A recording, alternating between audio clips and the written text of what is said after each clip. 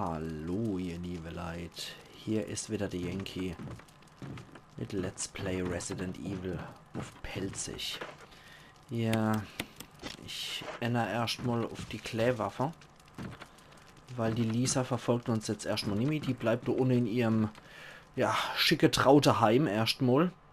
Wir machen uns jetzt allerdings wieder auf den Weg. Wir sind ja jetzt wieder im Innenhof over. Ich befürchte aber, dass hier noch ein paar Walker rumstolpern. Gerade, okay, das ist alles in grün markiert. Also neue Gegenstände gibt es anscheinend nicht. Aber ich befürchte einfach, dass hier ein paar neue Zombies getriggert sind. Oder Hunter oder sonst irgendwas. Spinne jetzt vielleicht nicht, aber eventuell Walker und Hunter. Huch! So kann man natürlich auch falsch rumlaufen. Und so kann man sich auch ständig bei den Knöpfen verdrücken. Ja, so kann man auch viel Scheiß bauen. Ja, vielleicht drückt es einfach mal einen Unmut aus, dass ich nicht in die Richtung gehen will. Wo latsch ich dann hier überall rum, verdammt nochmal? Was ein Quatsch. War ich da vorher nie? Folge dem Gebiet. Gehen wir da überhaupt richtig? Ich habe keine Ahnung. Ich glaube, hier sind wir richtig, ja. Alter Falter. So kann man sich selber dumm schicken. Mann, Mann, Mann. Ja. Okay, neue Zombies. Das wundert mich etwas. Aber man sollte immer aufpassen, was man sich wünscht. Manchmal geht es in Erfüllung. So. Ah ja. Herr Thompson-Mann. Herr Thompson-Mann. Ups, falsche Richtung. Die haben anscheinend die Krähe gefressen.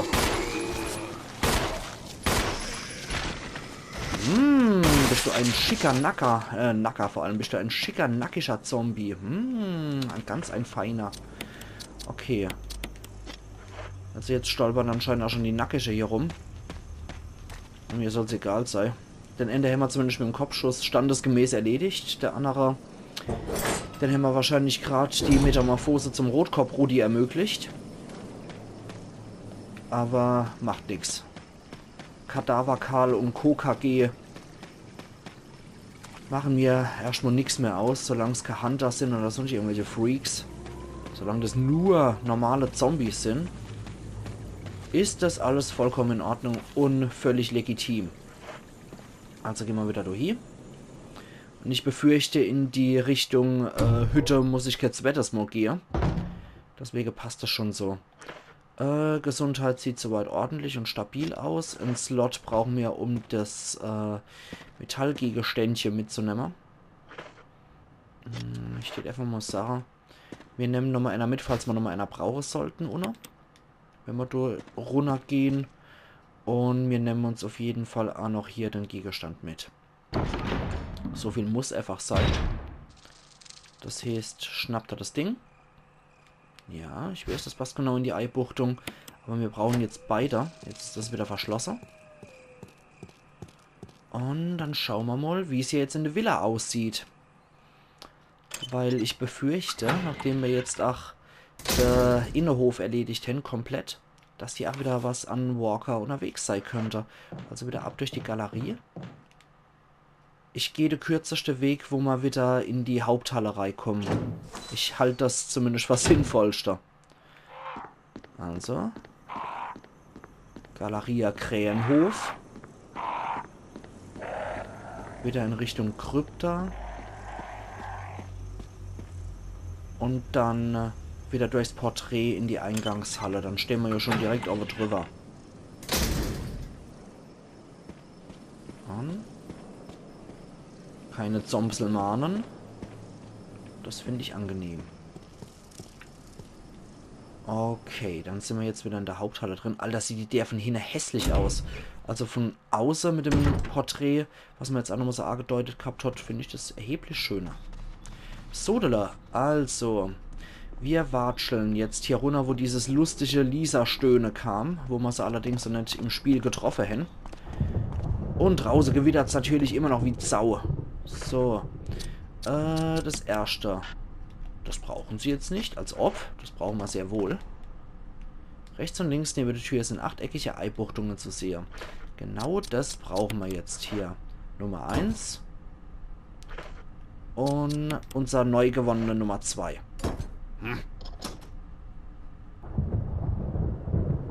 Okay.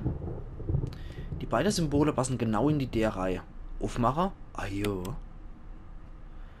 Also geil sieht die schon aus, die D und die Emblems sind richtig, richtig schick. Gut, was haben wir dann jetzt? All die Schreibmaschinen. Ja, wenn ich ein Farbband hätte. Ach, hätte ich das doch nur. Wir sind jetzt hier Altar. Erstes UG. Das hat hier... Irgendwie hat Altar hier was Arüchiges, finde ich. Das hat nichts mit was Heiligem zu tun. Das ist was in dem Kontext von Resident Evil und wie hier alles dargestellt wird, hat es eher was Arüchiges, finde ich. So, wir ordnen das Ganze nochmal ein bisschen. Dann schauen wir nochmal. Was können wir noch gebrauchen? Ich glaube, für jetzt brauchen wir, wenn wir jetzt in das neue Gebiet dann reinkommen, brauchen wir hier und... Moment, das machen wir andersrum. Wir machen das so. Das so. Treibstoffkanister so. Wolfsmedaille hier. Adlermedaille dort. Und ich denke, in dem neuen Gebiet, wo wir dann hier kommen, brauchen wir das auf jeden Fall. Witter, weil ich glaube, da erwarten uns wieder ein paar Zombies der Kategorie widerlich. So. Die neue nackische Zombies. Fusselicht. Die neue nackische Zombies sind uns ja mehr oder weniger schon präsentiert worden. Ich finde es halt unglaublich geil, dass hier das Inventar, dass die Inventarboxen miteinander verlinkt sind. Und wir... Packhefer. Und wir deswegen nie extra von Inventarbox zu Inventarbox rennen müssen, um unser Zeug zu holen, was ich schon am Anfang ziemlich cool fand. Ich denke, auf einer höheren Schwierigkeitsstufe hat man das Problem nicht, weil als ich das damals noch gesehen habe als Let's Play, mussten die Leute, die das gespielt haben, immer zu ihrer entsprechenden Inventarbox, um nur das Zeug, was sie da abgelagert haben, nach da wieder rauszuholen. Das erhöht natürlich auch nochmal sehr die Schwierigkeit. Na gut, Altar führt uns über sehr provisorische Planke wohl zum Art hässlicher, entweiter, wie ist der Teufel was, Altar. Okay. Gehen wir's an. Wir haben Waffe, große und kleine Waffe. Und wir haben notwendige Gegenstände. Allah hopp. Bleibt ja nichts anderes übrig.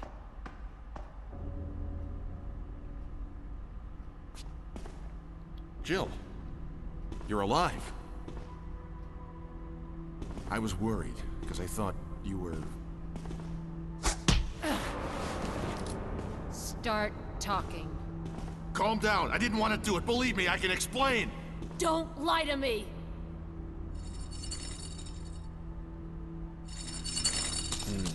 Schlechtes Timing, Lisa.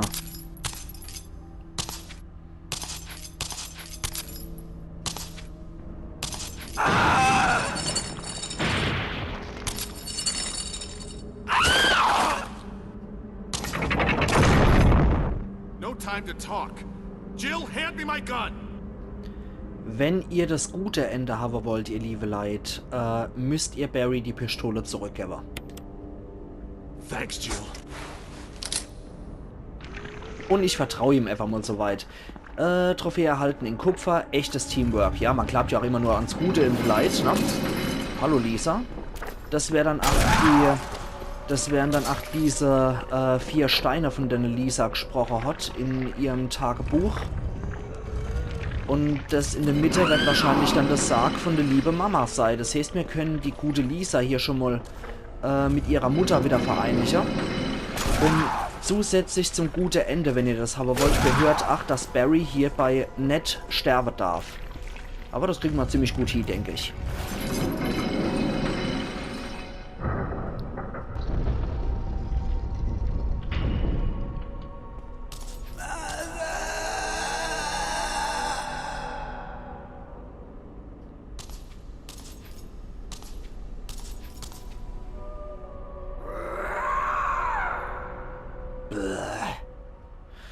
Okay, die hat jetzt ihr Mamme-Gesicht gefunden. Leider war es nur noch ein Knochenkopf. Ach Gott, wie eklig. Ja, hier hat Altar definitiv was äußerst Arrüchiges, wie ich finde. Das ist einfach nur widerwärtig. Altar, zweites UG. Na gut, wie gesagt, man soll ja mal ans Gute in der Leitklave und wir sprechen mal eine Runde mit Barry, würde ich sagen, ne? Also anscheinend hat er uns ja auch geholfen und ist uns nicht in die Rücke gefallen. I don't believe that thing's really dead. Leave this place up to me and go on ahead. Okay. Ja, also anscheinend spielt Barry wohl doch im Team Jill mit, ne? Okay, haben wir hier noch irgendwas rot markiert anscheinend. Ja, es sieht wohl so aus, als ob Lisa das hier noch kaputt hätte machen müssen. Damit man da noch an einen Gegenstand rankommt, vielleicht mehr Munition oder so ein Spaß, weiß der Teufel was. Können wir das Zeug zufällig schieben? Ist nicht möglich. Okay, hat man da noch irgendwas in dem anderen? Nee. Okay, wir gucken aber trotzdem einmal in den Sarg rein. Im Sarg liegt das Skelett. Moment, hier ist noch etwas anderes. Familienfoto. Jetzt erfahren wir wohl, wie es da weitergeht in der Trevor-Familie-Geschichte. Es ist ein Brief. Meine liebe Lisa, jeden Tag schwindet mein Bewusstsein weiter. Die Spritzen von den Männern in weißen Kitteln machen Mamas Jucken besser. Heute gaben sie mir eine Spritze mit Vitamin. Ja, aber okay, das ist von der Mutter, ja. Wenn sie mir die Spritze geben, kann Mami nicht klar denken. Aber Mami ist traurig, weil Mami es nicht mehr schafft, euch in meinen Gedanken zu behalten. Mami hat Angst. Angst, alles zu vergessen, besonders die Erinnerung an dich und Papi. Wie er aussieht, was wir zusammen gemacht haben. All das verschwindet allmählich in eine Finsternis in mir. Oh Lisa, ich möchte jetzt sofort dein Gesicht berühren und dich in meinen Armen halten, damit ich unsere wunderbaren Erinnerungen an dich und Papi behalten kann. Lisa, wir können hier nicht bleiben, wir müssen fliehen. Hör mir zu, Lisa. Unsere Chance kommt, wenn wir nächstes Mal beide gemeinsam im Labor sind. Wir stellen uns beide bewusstlos. Und wenn der Mann in Weiß nicht aufpasst, nutzen wir unsere Chance. Wenn wir draußen sind, suchen wir gemeinsam nach Papi. Okay, Kleiner? Du musst stark sein. Du musst stark sein, Lisa. 13. November. Ja, von wegen 10. November ist die schon gestorben. Okay, also 3 Tage hat sie anscheinend noch durchgemacht. Aber das ist dann in der öffentlichen Akte falsch vermerkt. Im Sarg liegt ein Skelett. Ohne Kopf. Okay, dann haben wir das anscheinend. Ach, haben wir jetzt auch ein bisschen was von Jessica Trevor noch erfahren. Aber ganz offensichtlich war das ein beschissenes Schicksal, was die Familie Trevor hier erleiden musste. Der Vater hat das ganze A-Wesen gebaut, mit aller geheimen Scheiß, die dazugehört. Hat so viel gewusst, nur Spencer und er wussten davon Bescheid. Also hat man ihn erledigt. Ihn hat man eliminiert. Große Eise der, die sich nicht öffnen lässt. Kommen wir später dazu. Ja, und die Frau und die Tochter, die auch wussten, dass der Vater den Auftrag da hat, die haben sie einfach mal schnell eliminiert. Aber vorher haben sie noch schä als Versuchsobjekt benutzt. Einfach nur widerlich. Rund die Eibuchtung, Symbol von einem Adler. Hammer. Wunderschön. Dann fehlt hier nur noch das Stark-Wappen mit dem aufsteigenden Wolf. Genau, der Hammer. Symbol in Form von einem Wolf. Wolfsmedaille. Wie, das brauchen sie jetzt nicht? Natürlich, das brauche ich mehr denn je.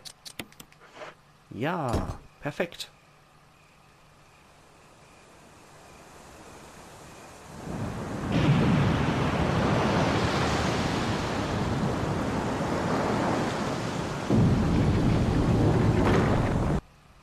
Und da kommen wir jetzt zu genau dem Ding, weswegen überhaupt diese Arklay Mountain Spencer Mansion Villa gebaut worden ist. Das ganze Ding ist nur gebaut worden für dieses unterirdische Labor, in das wir jetzt reingehen. So. Aufzugbenutzer. Ajo.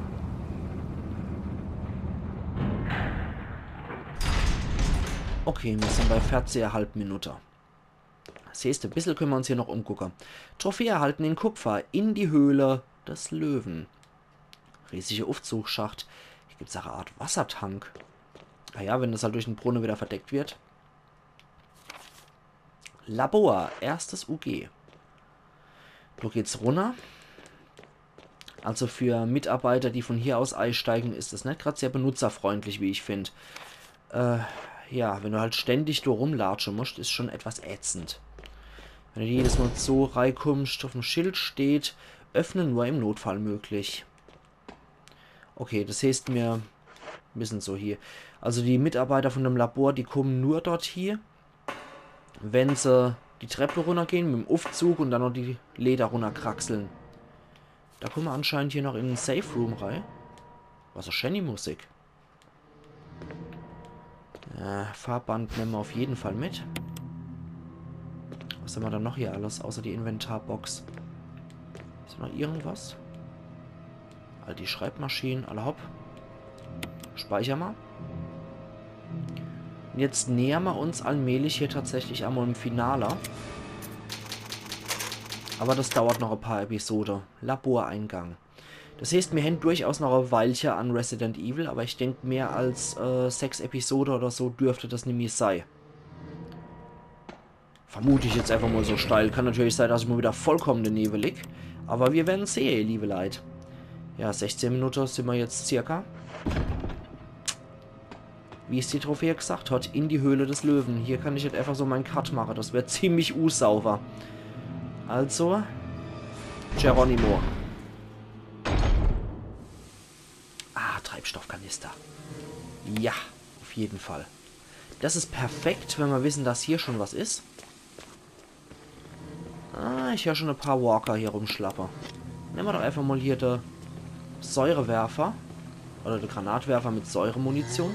Gucken wir mal, wie die drauf reagieren. Okay. Das hat ihn zumindest mal umkauen. Aber ob der schon tot ist, wage ich irgendwie zu bezweifeln. Na, ist der tot? Wir verwenden mal hier unseren Benzinkanister. Ah, da ist noch einer. Schä in der Wasserpitch natürlich angezündet. Unser Benzinkanister ist ja in der Nähe. Und unsere Inventarbox. Von daher können wir so Fertz treiben. Steh wieder auf. Ich glaub dir nicht. Ah, okay. Du blutst anscheinend schon, Bibel. Das brauchen sie jetzt nicht. Aha. Ja. Aber, das sagt was anderes. Kombinieren. Ja, wir riskieren es einfach mal. Gehen wir hier zu dem. Sind ja alles freundliche Walker von Neva A. Sind ja ganz nette Kerle und Wadebeißer. Okay. Folgendes. Jo. Ich wollte einen A-Zünder.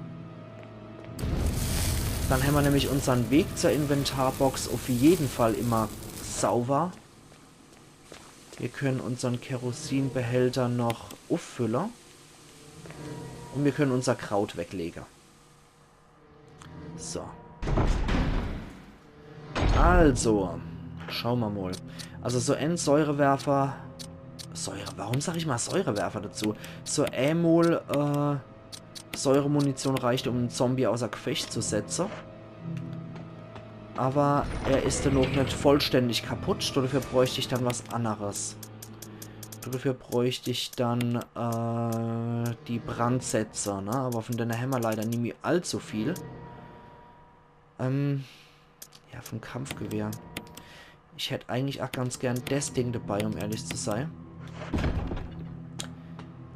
Weil mit dem Kampfgewehr kann ich es noch riskieren. Ich lasse Walker sehr dicht an mich tragen und dann... weg damit. Weg mit dem hässlichen, verrotteten Schädel. So, die zwei sind jetzt auch weg. Die Schimmelschorsch sind jetzt auch erstmal erledigt. Dann gucken wir nochmal in den Korridor rein erstmal. Okay, da liegt eventuell noch was. Eine Modiskette. Jo, natürlich nehmen wir die. Teil vom Schreibtisch ist mit einer Art von Säure bedeckt. Vor allem nur eine Art von elektrisches Verriegelungssystem. Das heißt, das müssen wir erstmal knacken, das System. Brauchen wir die Modiskette oder nicht? Wir nehmen sie mal mit. Wir nehmen sie erstmal mit. Da geht es anscheinend hier durch. Also zumindest das Gebiet hier ist safe. So viel können wir zumindest schon mal sagen. Alle hopp, dann gucken wir hier nochmal rein. Ja, hier stolpern noch ein paar Kadaver kahl rum. Ah ja. Hallo Feinaler.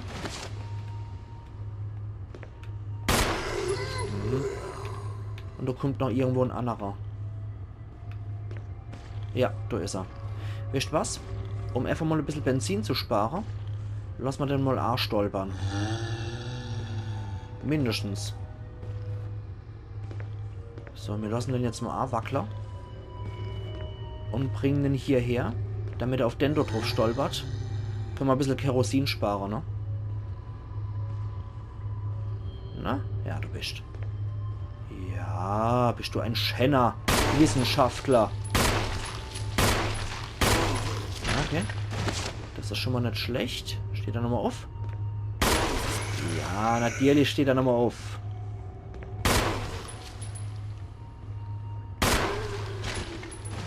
Okay, ich glaube, jetzt haben wir sie endgültig. Beide auf den Streich. Und schauen wir mal, ob wir beide erledigt haben. Wäre auf jeden Fall kerosinsparender, die Variante. Upsala, jetzt habe ich mich noch erschreckt, weil es in ihren eigenen Scheiß reingelatscht ist. Das brauchen sie jetzt nicht. Und das brauchen sie jetzt nicht. Okay, wir haben hier 2 offene Bereiche und 2 verschlossene Bereiche. Wir können das immer gleich checken. Wir gehen mal hier rein. Wenn wir wieder rauskommen und einer von den Hansel liegt noch tot, dann hat es halt leider nicht geklappt. Kann aber sein, dass wir wirklich totales Glück haben. Und beide endgültig vernichtet sind. Ein Erste-Hilfe-Kasten. Naserivler. Und dann machen wir mal auf. Gucken, was drin ist.